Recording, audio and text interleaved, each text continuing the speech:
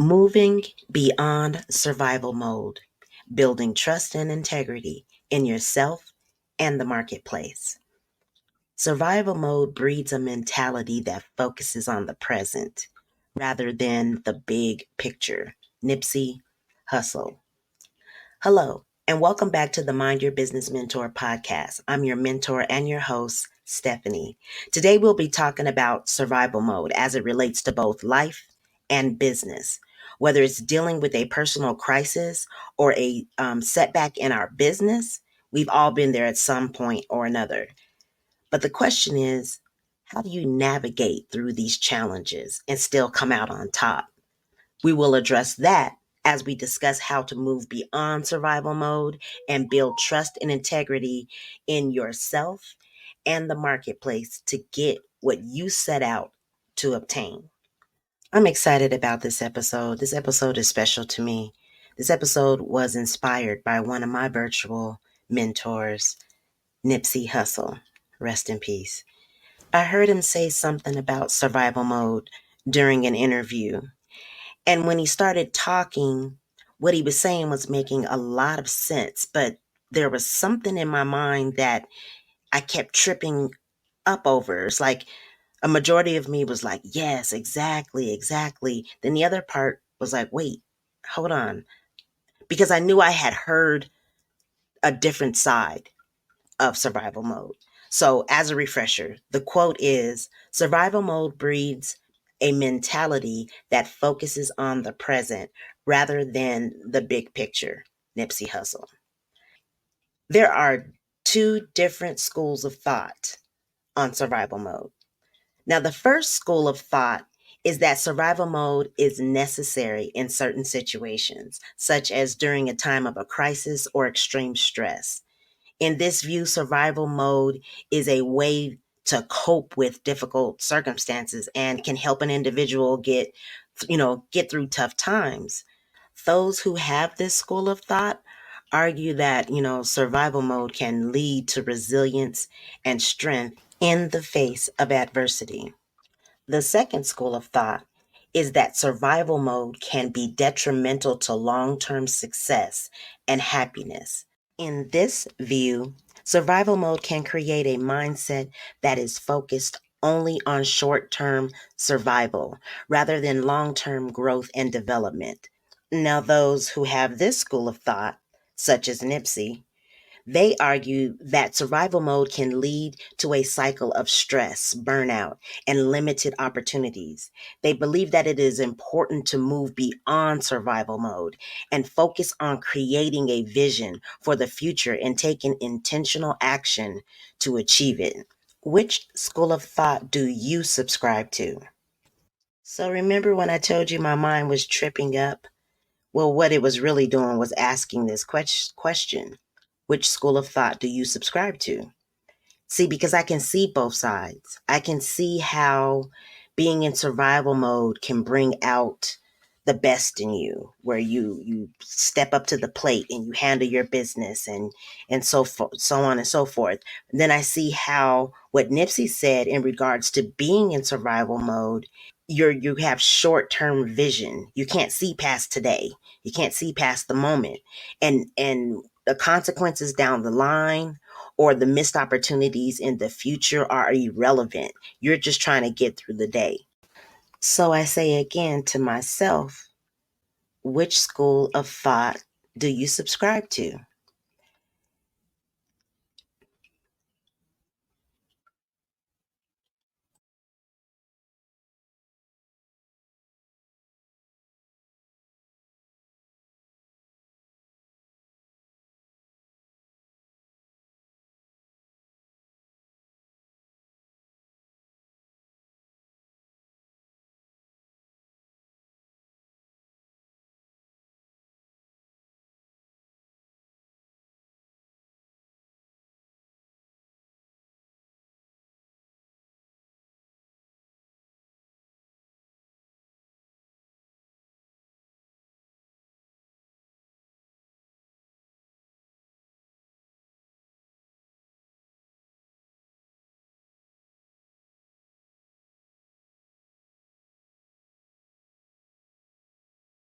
I was talking with a friend of mine, and this quote came up again this week. It came up again because it was in the front of my mind, although that is not even what we were talking about. We weren't talking about survival. We weren't talking about being in survival mode.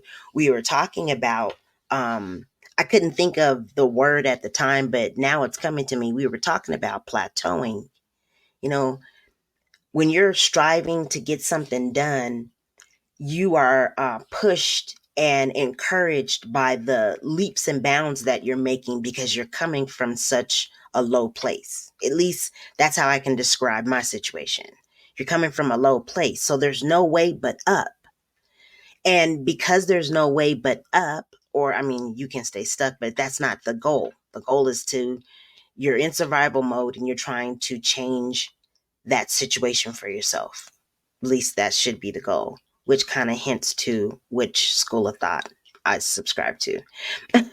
But I but we were on the phone talking about that.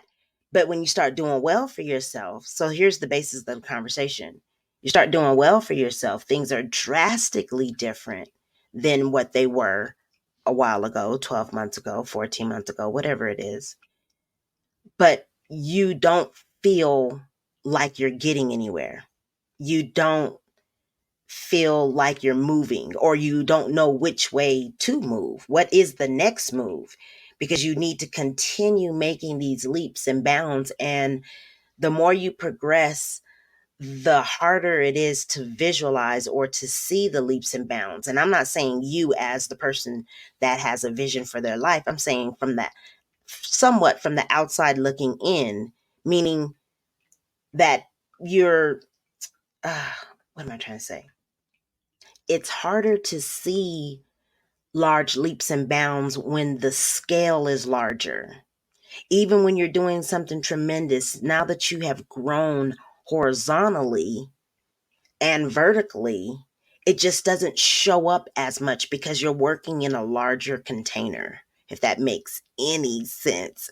You're working in a larger space. So even when you're doing the darn thing and you're getting stuff done, you don't see it as much because you are in the maintaining and incremental growth stage. You know what I mean? And but I didn't, it's crazy because when I was having the conversation, I didn't see what I'm telling y'all right now. I'm seeing it now. I can hear it and feel it in me now, but I didn't see that then. All I could do was relate. I knew exactly what they were referring to because I've been there. I've come from a low place and started doing well for myself. And what I felt is what I believe they felt as well, is that you miss the hunger. See, and that's the thing. No matter what level you get to, you can never lose the hunger. I don't want to change this context of this episode, so that would be a different episode. But yeah, you never want to lose the hunger. But emotions show up in multiple facets. There could be 7 to 10 different emotions that represent one feeling. So it's like stuff comes up and you're not sure, is this anxiousness, is this discouragement, is this ungratefulness, is this what is it, and that's when the quote by Nipsey popped back into my head. And then it was clear to me, without the hunger, you don't inspire to have a vision. You don't have the desire to have one, to create one, to even acknowledge that it exists. You just, without the hunger. And that hunger, it's a roller coaster ride. It comes and it goes, it peaks and it flows. And you have to, that's when your emotional intelligence and your character comes into play. You have to remember when things were bad, even when they're good. And you don't want to always have to use something negative to keep you on the positive and on the empowering side of things. Use whatever you need to use. I don't care if it's the past. I don't care if the future is pulling you forward or the past is pushing you up. Whichever one you want to use, whichever one makes sense to you, use it to maintain and work through the process and believe and trust in the process, that because you don't give up, you win. What Nipsey was referring to was those who adopt the fact that they've given up and it is what it is. And today is today. To let tomorrow worry about itself, like in true living fashion.